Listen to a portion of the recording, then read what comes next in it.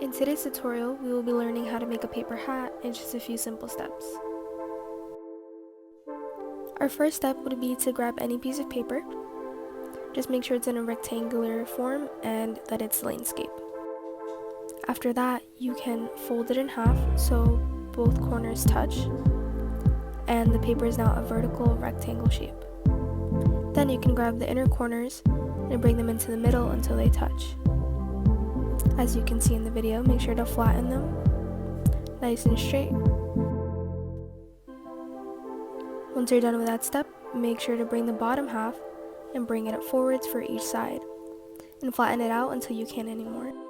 Flip the hat, and then grab the bottom half again and bring it up until both sides match. And once again, you can fold the crease.